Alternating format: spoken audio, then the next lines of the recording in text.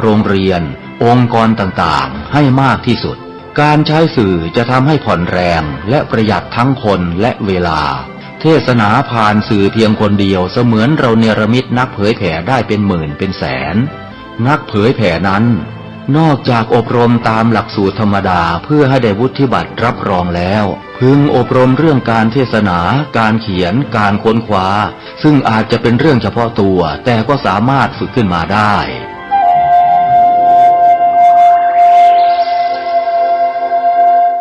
เกิดบริหารและจัดการโดยวัดป่าแดงมหาวิหารทรงกระจายเสียงจากเลขที่71หมู่ที่14บ้านใหม่หลังมอตำบลสุเทพอำเภอเมืองจังหวัดเชียงใหม่รหัสไปรษณีย์50200หมายเลขโทรศัพท์0818815690 0520000636-7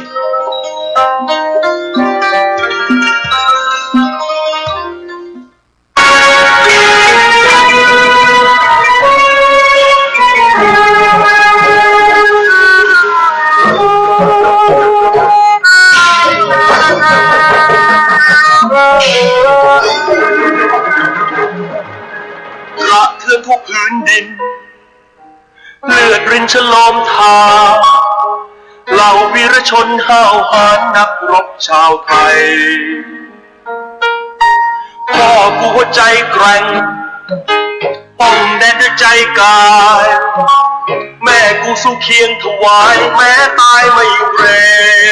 ง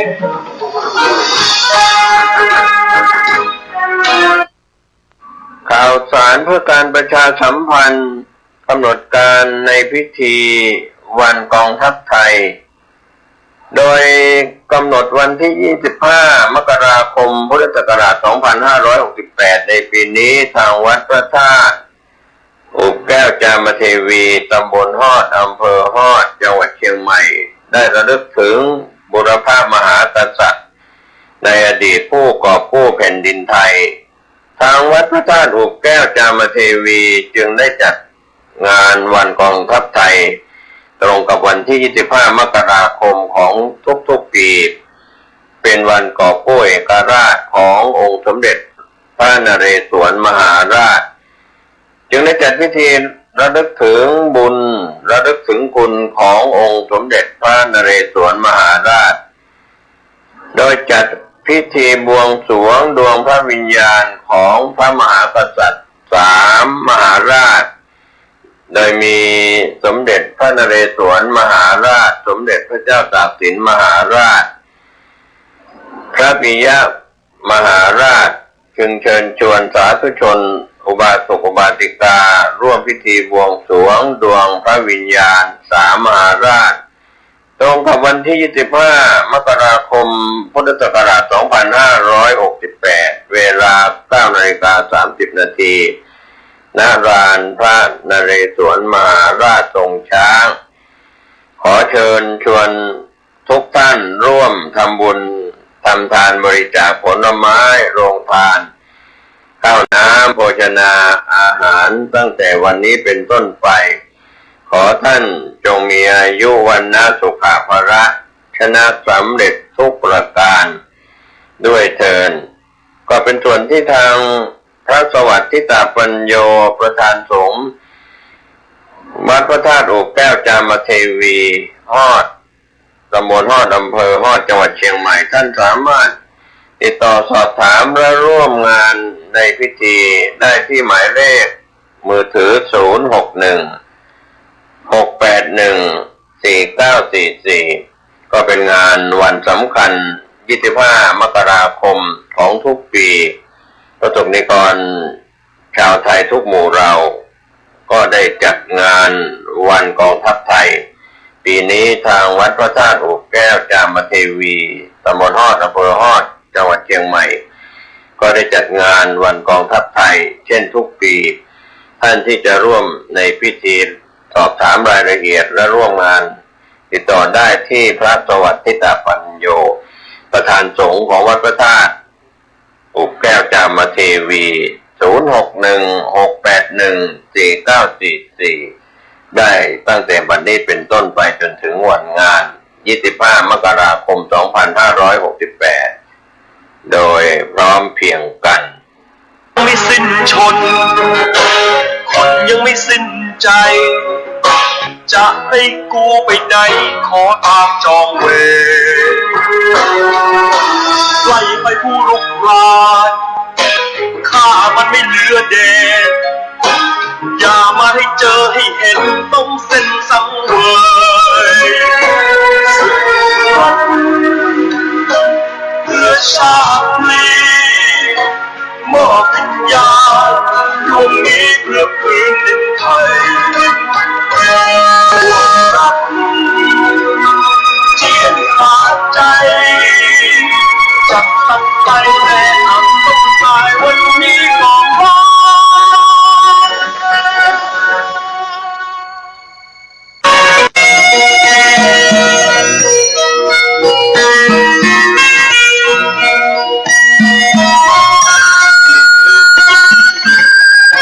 ข่าวสารเพื่อการประชาสัมพันธ์ขอเชิญชวนผู้ใจบุญใจกุศลร่วมเป็นเจ้าภาพจัดทำคู่มือสืบสารพิธีกรรมของเยาวชนล้านนาเล่มละ 50 บาทหรือร่วมทำบุญตามเจตนาศรัทธาจำนวน 5,000 ถึง 10,000 เล่มท่านที่สนใจจะเป็นเจ้าภาพจะทำคู่มือสืบสารพิธีกรรมของเยาวชนล้านนาโอนผ่านบัญชีธนาคารกรุงไทยเลขที่บัญชี 511171438 ชื่อบัญชีพระครูภาวนาโสภิตติดต่อสอบถามและร่วมทำบุญได้ที่พระครูภาวนาโสภิตผส.ดร.เจ้าวาดวัดบ้านเหล่าพระเจ้าตาเขียว102 หมู่ 2 ตำบลบ้านเรือนอำเภอป่าซางจังหวัดลำพูน51120หมายเลขมือถือ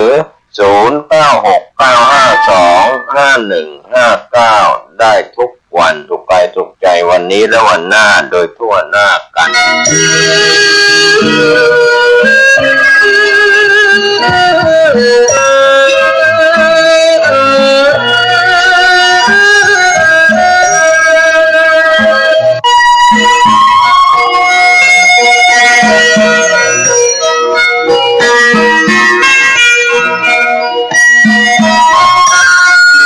เพื่อการประชาสัมพันธ์โครงการปรับภูมิทัศน์และพัฒนาพื้นที่รอบโบสถ์วัดป่าแดงมหาวิหารโครงการระยะที่ 9 ธันวาคมถึง 31 ธันวาคม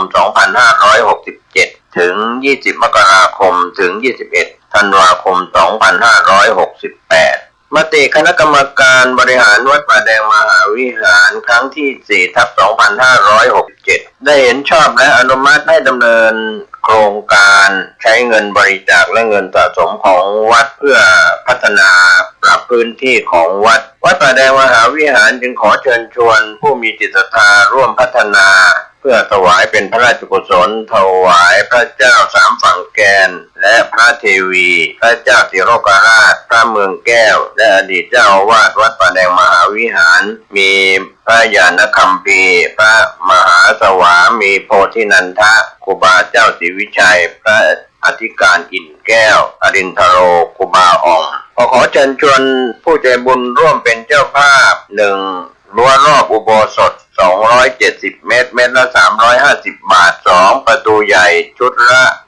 15,000 บาท 3. ประตูเล็กชุดละ 5,000 บาท 4. ดินลูกรัง1คิวละ300 บาท 5. ดินลูกรังลำละ 1,000 บาท 6. ลวดหนาม1 เมตรเมตรละ300 บาทผู้มีจิตศรัทธามีเจตนาร่วมในข่าวครั้งนี้โอนเงินผ่านธนาคารกรุงไทยสาขาสุเทพชื่อบัญชีวัดป่าแดงมหาวิหารเลขที่บัญชี 521064750 สอบถามรายละเอียดเพื่อร่วมทำบุญได้ที่0818815690ก็เป็นโครงการปรับภูมิทัศน์และพัฒนาปรับพื้นที่รอบอุโบสถวัดป่าแดงมหาวิหารตำบลสุเทพอำเภอเมืองเชียงใหม่จังหวัดเชียงใหม่ ครงการนี้เริ่มดำเนินการท่านที่จะร่วมบุญร่วมกุศลร่วมอนุโมทนาได้บุญได้กุศลได้ความดีโดยทั่วหน้ากัน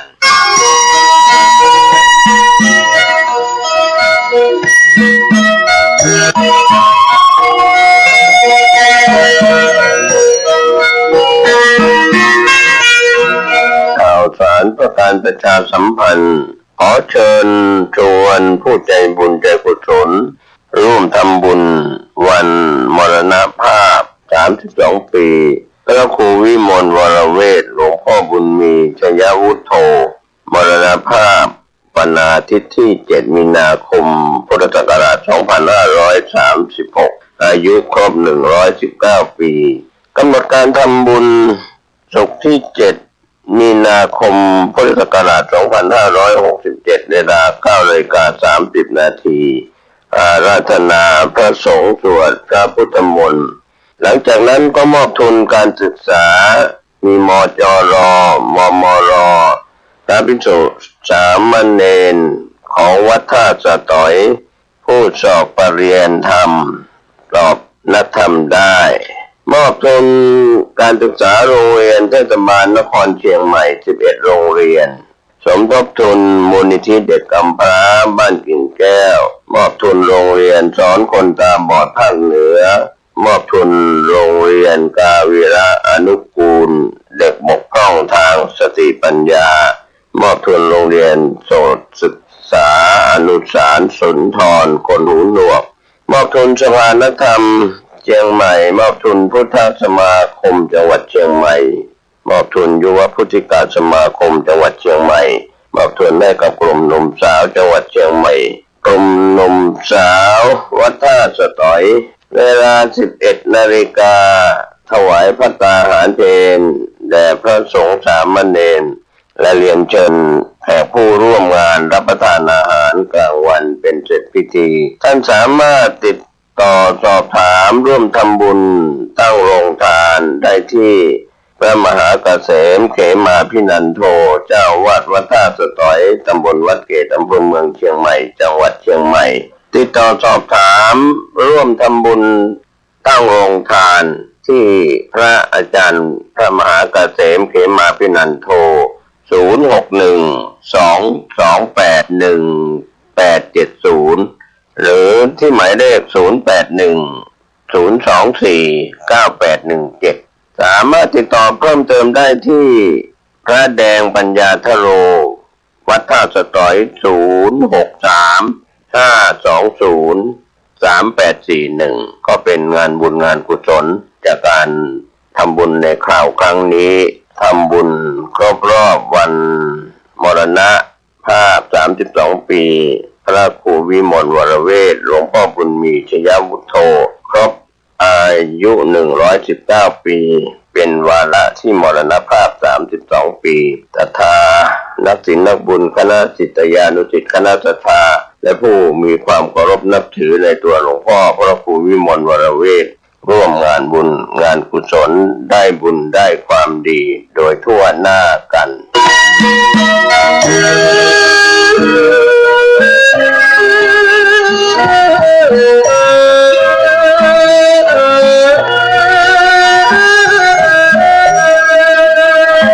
วันนี้ขออนุญาตนำธรรมสาระที่ก่อเกิดประโยชน์ในการศึกษาที่จะได้ศึกษากันนะครับในช่วงที่ผ่านมาผมเกษตรเป็นต้นนิดวิทยากรได้แบ่งปันให้ท่านได้คิดได้พิจารณากันก่อนในช่วงเทศกาลออกพรรษานะครับนำเล่าถึงการขึ้นไปโปรดพุทธมารดาขององค์สมเด็จพระสัมมาสัมพุทธเจ้าในช่วงวันทำบุญตักบาตรเทโวโรหณะนะครับหลายคนหลายท่านก็คงรู้และเข้าใจกันนะครับว่าวันพระเจ้าเปิดโลกก็ดีหรือวันทำบุญตักบาตรเทโวโรหณะก่อนในส่วนประเพณีของชาวมช.หรือมหาวิทยาลัยเชียงใหม่ก็จะถือเป็นส่วนสำคัญก็จะมีกิจกรรมวันทำบุญตักบาตรเทโวโรหณะวันออกพรรษา1 วันก็มีทั้งคณะผู้บริหารครูบาอาจารย์ของมหาวิทยาลัยเชียงใหม่แล้วก็ญาติธรรมภายใน รอบรั้วมอชอแล้วก็ภายนอกนะครับก็มาทำบุญตักบาตรเทโวโรณะเป็นที่รู้จักกันของชาวเชียงใหม่นอกจากนั้นที่วัดใกล้บ้านท่านนะครับที่เคยทำบุญตักบาตรเทโวโรหณะก็จะทำบุญกันเป็นประจำแล้วก็ในต่างจังหวัดอีกหลายจังหวัดก่อนในการย้อนรอยไปถึงประเพณีการทำบุญตักบาตรเทโวโรหณะก็เป็นความกตัญญูรู้คุณขององค์สมเด็จพระสัมมาสัมพุทธเจ้าเรียกว่าโปรดพุทธมารดาบนสวรรค์ชั้นดาวดึงส์ซึ่งพุทธมารดานั้นหลังจากปฏิฐานทิฏฐาราชกุมารได้7 วันก็สวรรคตไปบังเกิดบนสวรรค์ชั้นดุสิตนะครับชื่อสันดุสิตเทพบุตรนะครับแต่ว่าการไปแสดงอภิธรรมโปรดพุทธมารดานั้นเป็นสวรรค์ชั้นดาวดึงส์ชั้นที่2นะครับในพรรษาการที่7ก็นำเล่าให้เห็นถึงความสำคัญของพุทธมารดาและพุทธบิดาก็คือพระเจ้าสุโธทนะเป็นพุทธบิดาส่วนพุทธมารดาก็คือพระนางสิริมหามายาก็นำเล่าประวัติให้ท่านได้รู้ได้ทราบกันไปบ้างแล้วนะครับเรื่องของราชคหเศรษฐีในสมัยนั้นก็พากันลงไปอาบน้ำแม่น้ำคงคาก็มีความเชื่อกันว่าเป็นแม่น้ำศักดิ์สิทธิ์ของชาวฮินดูหรือชาวอินเดียว่าล้างบาปได้นะครับก็ได้เมื่อลงไปอาบน้ำในแม่น้ำคงคาของราชคหเศรษฐีแล้วก็ได้ปุ่มไม้จันแดงซึ่งถูกคลื่นซัดมาในแม่น้ำคงคาก็นำไปให้ช่างกลึงเป็นบาตรใส่สาแหลกแขวนไว้ที่ปลายไม้สูงก็ประกาศว่าถ้าผู้ใดเป็นพระอรหันต์ก็จงมาปลดบาตรนี้ไปซึ่งราชคหเศรษฐีประกาศอย่างนั้นก็พวกเดรัจฉีก็ดีซึ่งเป็นนักบวชนอกศาสนา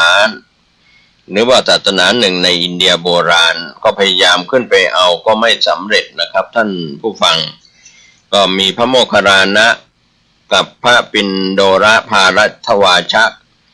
ก็ซึ่งได้เข้าไปบิณฑบาตในกรุงราชคฤห์ทราบข่าวก็พระปิณโดรจึงเหาะขึ้นไปปลดเอาบาตรนั้นเวียนรอบกรุงราชคฤห์3 รอบลงมาแล้วมหาชนก็พากันแตกตื่นเรียกว่าส่งเสียงอื้ออึงกันด้วยความที่ไม่เคยเห็นพระในทางพระพุทธศาสนาเหาะขึ้นไปนำบาตรลงมาซึ่งพระพุทธก็ทรงทราบเรื่องนี้ก็มีรับสั่งประชุมสงฆ์นะครับท่านผู้ฟังทรงบัญญัติสิกขาบทห้ามมิให้ภิกษุแสดงอิทธิปาฏิหาริย์ก็รับสั่งให้ทำลายบาตรไม้จันแดงนั้นแล้วก็นำมาบดให้ละเอียดเพื่อให้เป็นยาของพระภิกษุนะครับไม้จันแดงเป็นยาตามแพทย์แผนโบราณต่อมาพระพุทธองค์ก็มีพระประสงค์จะแสดงยมกปาฏิหาริย์ใกล้กรุงสาวัตถีในวันเพ็ญเดือน8เพราะที่นั้นเป็นสถานที่กระทำยมกปาฏิหาริย์ของพระพุทธองค์แม้แต่พระพุทธเจ้าในอดีตทุกๆพระองค์ก็ใช้สถานที่ดังกล่าวนะครับแสดงยมกปาฏิหาริย์แม้ในยุคของโคตมะจักรยมุนีโคดมก็แสดงยมกปาฏิหาริย์แล้วก็ทราบข่าวว่าสมาคมนั้นจะมีผู้บรรลุธรรมเป็นจำนวนมากหลังจากที่พระพุทธองค์ทรงแสดงยมกปาฏิหาริย์แล้วนะครับท่านผู้ฟังพระพุทธองค์เสด็จขึ้นไปจำพรรษายังดาวดึงส์เพื่อแสดงพระอภิธรรมโปรดพุทธมารดาในพรรษาการที่7ดังกล่าวนะครับก็มีคำกล่าวถึงคำว่าปันธุกัมพลศิราอาสเป็นที่ประทับของพระอินทร์นะครับในสวรรค์ชั้นดาวดึงส์พระพุทธองค์ประทับนั่งเพื่อแสดงธรรมโปรดเทวดาและพรหมทั้งหลายท่ามกลางเทวดาในหมื่นจักรวาลก็มีพุทธมารดาซึ่งเสด็จลงมาจากวิมานชั้นดุสิตเป็นชั้นที่4ลงมาชั้นที่2มาฟังธรรมที่ธรรมสภานะครับท่านผู้ฟัง ก็พระพุทธองค์ทรงแสดงพระอภิธรรม7คัมภีร์ก็เริ่มต้นตั้งแต่กุศลธรรมาอกุศลธรรมาพยากตาธรรมาซึ่งเป็นอภิธรรมธรรมสังคณีปกรณ์เป็นคัมภีร์แรกใน7คัมภีร์ก็เวลาที่จะไปบิณฑบาตก็ทรงเนรมิตพุทธนิมิตให้แสดงธรรมแทนพระองค์แล้วเสด็จลงจากสวรรค์ชั้นดาวดึงส์มายังป่าหิมพานต์ก็ทรงเคี้ยวไม้สีฟันบ้วนพระโอษฐ์ที่สะอโนดาตนะครับสะอโนดาตป่าไม้จันทร์สะอโนดาตก็นำบิณฑบาตจากอุตรกุรุทวีปทวีปนี้ก็เป็นชื่อแคว้นกุรุรัตในอินเดียโบราณนะครับซึ่งเดิมนั้นก็เรียกว่าอุตรกุรุทวีปเป็นหนึ่งใน4ทวีปของชาวมนุษย์4ทวีปนะครับที่ท่านที่ศึกษาก็จะเข้าใจอุตรกุรุทวีปนี่อยู่ทางตอนเหนือของภูเขาเซเนรุมีอายุมนุษย์ชาวอุตรกุรุทวีปมีอายุ 1,000 ปีเป็นอายุไขมีศีล5ทุกคนที่เกิดในอุตรกุรุทวีปเป็นมนุษย์ที่มีศีล5รักษาศีล5เสมอเหมือนกันมีความเป็นอยู่คล้ายๆเทวดานะครับมีอายุ 1,000 ปีเป็นอายุไขอันนี้ก็เป็นไปตามภูมิจตุกะที่ผู้ดำเนินรายการได้เคยศึกษาในอภิธรรมในส่วนของอภิธรรมเรียกว่ามัชฌิมอภิธรรมมิกโทในภูมิจตุกะหรือในส่วนของชั้นมัชฌิมตรีโทเอกโดยเฉพาะมัชฌิมตรีมัชฌิมโทนั้นก็จะมีเรื่องของมัชฌิมตรีเรื่องของวิถีจิตแล้วก็มาเรื่องของภูมิจตุกะส่วนมัชฌิมเอกหรือว่าชั้นที่6นั้นก็จะศึกษาในส่วนของคัมภีร์นะครับซึ่งจุลเอกก็เป็นคัมภีร์แรกธรรมสังคณีปกรณ์แล้วก็โดดข้ามไปอย่างชั้นมัชฌิมเอกมหาตรีมหาโทมหาเอกก็จะเป็นคัมภีร์ทั้งหมดนะครับใน7คัมภีร์ซึ่งอาจารย์ธรรมโชติกะธรรมจริยะได้ขยายเนื้อความอรรถกถาจารย์ต่างๆขยายไว้ซึ่งท่านเป็นพระชาวเมียนมาหรือชาวพม่าพระอาจารย์ธรรมโชติกะธรรมจริยะนะครับเข้ามาเผยแพร่อภิธรรมตามคำรัตนาของหลวงปู่พระพิมลธรรมซึ่งเป็นอดีตสังฆมนตรีว่าการเรียกว่าเป็นอดีตของพระเถระนะครับเป็นอดีตเจ้าวาดวัดมหาธาตุยุวราชรังสฤษฎ์นะครับเป็นสังฆมนตรีว่าการในการเรียกว่าเป็นส่วนของการปกครองคณะสงฆ์ในสมัยก่อน 2,500 นะครับก็อาราธนาพระธรรมโชติกะธรรมจริยะมาสอนอภิธรรมที่วัดระฆังโคติตารามและก็วัดมหาธาตุก็สืบทอดจากวันนั้นจนถึงวันนี้ก็แรกเริ่มเดิมก่อนหน้านั้นก็มีการศึกษาตามครูบาอาจารย์วัดไข่วัดมันนะครับแต่ว่าในเรื่องของประวัตินั้นก็มาขยายมาศึกษาส่งเสริมกันในยุคหลวงพ่อพิมลธรรมนะครับแล้วตอนหลังท่านก็ได้รับคืนสมณศักดิ์เป็นพระพิมลธรรมแล้วก็เป็นสมเด็จพุทธาจารย์อาสภะมหาเถระเป็นอดีตเจ้าอาวาสวัดพระธาตุยุวราชรังสฤษฎ์นะครับก็ถือว่าเป็นผู้นำศาสนบุคคลจากเมียนมาหรือพม่าเข้ามาเผยแผ่โดยเฉพาะสอนอภิธรรมพระอาจารย์ธรรมโชติกะธรรมจริยะก็มีอภิธรรมโชติกาวิทยาลัยที่วัดมหาธาตุแล้วก็ที่วัดระฆังโคสิตารามก็สอนอภิธรรมกันมาจากวันนั้นจนถึงวันนี้อันนี้ก็เป็นการนำเล่าให้เป็นส่วนตัวเข้ามาแทรกที่ผู้บรรยายได้พูดถึงเรื่องของมนุษย์4ทวีปนะครับมีขยายนิดนึงว่า4ทวีปของทิศตะวันออกทิศตะวันตกทิศเหนือทิศใต้ของภูเขาสิเนรุนั้นตามภูมิจตุกะก็พูดถึงว่าในด้านทิศเหนือก็คืออุตรกุรุทวีปชาวชมพูทวีปก็เป็นผู้มีศีล5มีอายุ 1,000 ปีเป็นอายุไขไปบิณฑบาตกับชาวอุตรกุรุทวีปนะครับเขาก็ทำบุญเหมือนมนุษย์เรานี่แหละครับมีลูกมีหลานแต่มีความเป็นอยู่คล้ายเทวดาอยู่ทางเหนือของภูเขาสิเนรุ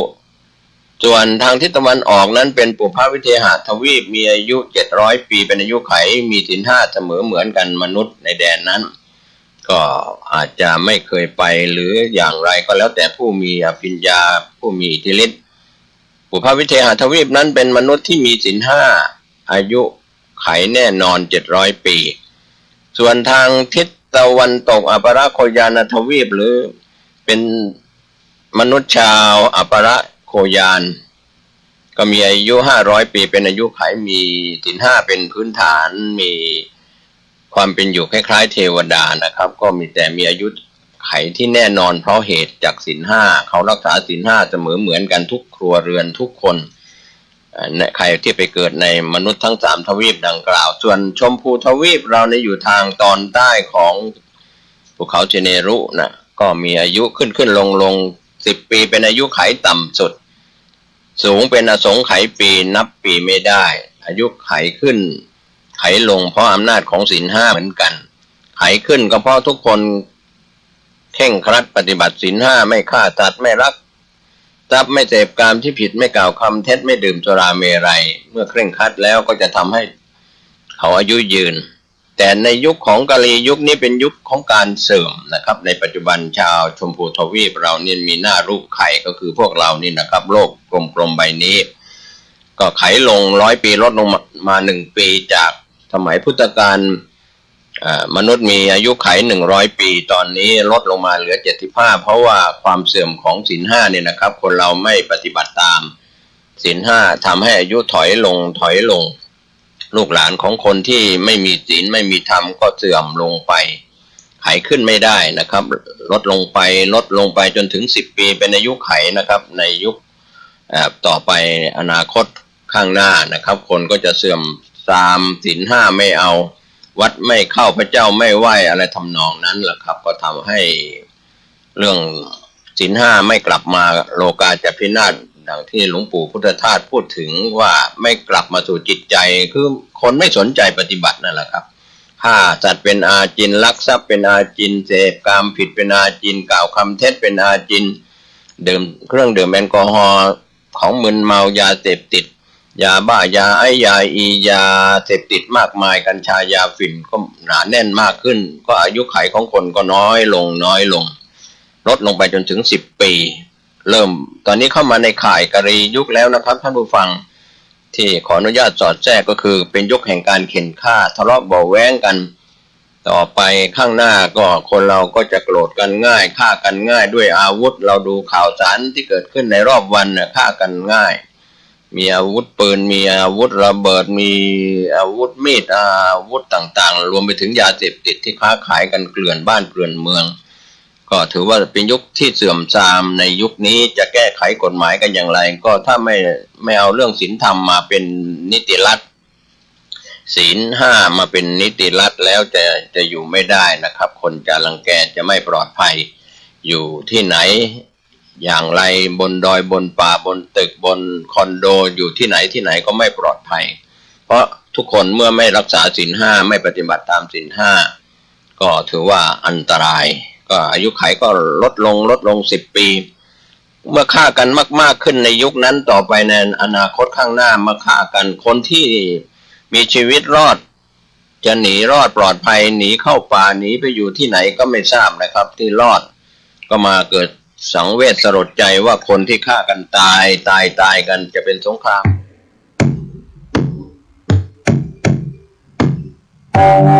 ประชาชนชาวเชียงใหม่ที่เคารพทุกท่านมาเดี๋ยวนี้จังหวัดเชียงใหม่กำลังเผชิญกับปัญหาหมอกควันและฝุ่นละออง PM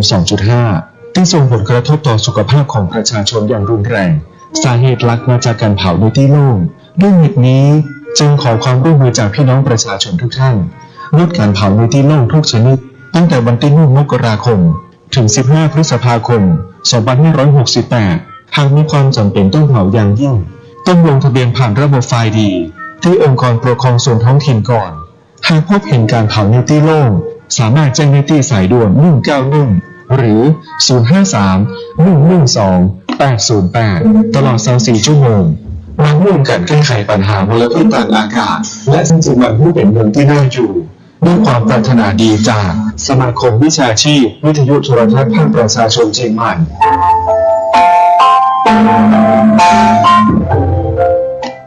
ขอเจริญสุข